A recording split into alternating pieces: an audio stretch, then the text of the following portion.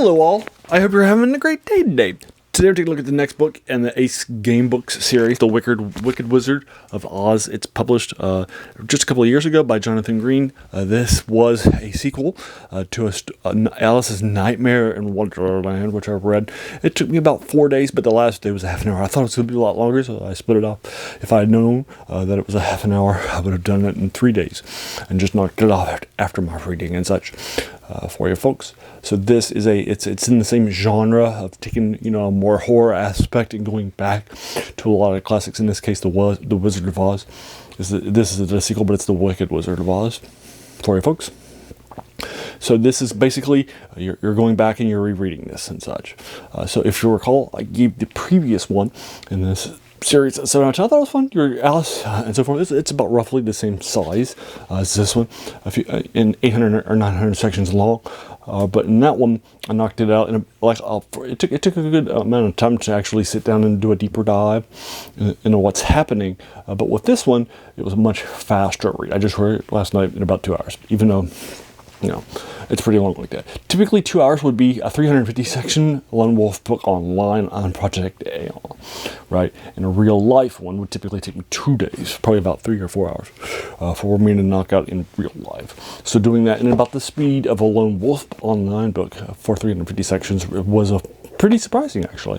So I think this is both better and more replayable. Better and because it's more replayable than the previous one, which we'll talk about here in a second.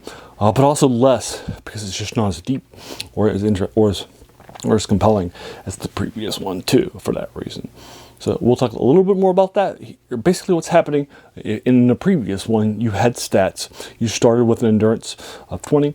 You started, and then you had a few stats that started at about, I think you're 5 or 6, something like that.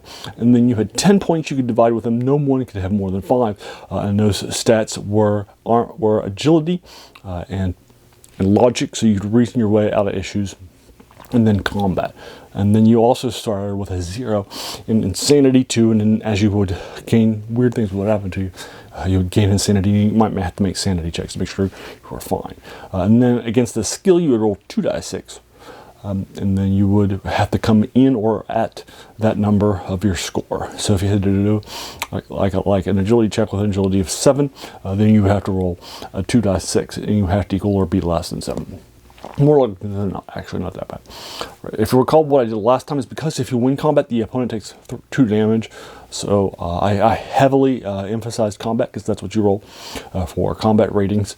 And then I also gave some good points, and then I gave a few points to my endurance. I just gave the rest to my agility and my logic to reason my way out and to dodge my way out of things and such. This one's different. First of all, you're playing 4 characters instead of 1. You can choose which one. You're either the lion, the Tin Man, the Dorothy, or you're the Scarecrow, with special abilities that are specific and unique to you out of 10. Some people will have multiple abilities. For example, both the Strength and the Tin Man have the Strength ability. Both the Lion and the Tin Man have the Strength ability, which you can use a few times. So, and similarly, you also have Dorothy, who has a few abilities, right, and such. So that's kind of cool. 2 of them have brains too, although the one I chose, the Cowardly Lion, doesn't. And then your abilities are set too with endurance and agility and combat. But there is no logic to reason your way out. Although there is brains, so you can use that 3 times just to think your way out of situations. There's Scarecrow's brains. So that's basically what's happening. So you're not choosing your character or choosing your stats, you're just being assigned it, but you have 4 different options, and then that gives you 4 different playthroughs, if you will. And so that's kind of cool. And then, so I chose the Lion because he has an 10 agility, most agile, and a 10 combat, which is actually really tied for the most combat with the Tin Man. So he's kind of cool. He has 22 endurance. The Tin Man was designed basically for combat because he has a 10 combat too, but then he also prevents 1 damage that you deal to him because of his armored body, and both him and the Cowardly Lion, because they have strength, will deal 1 extra damage in combat. So both of so he's more designed for combat, whereas the Lion King is probably more generic because of the great agility. He's the best agility and the best combat skills, tied with the Tin Man for combat.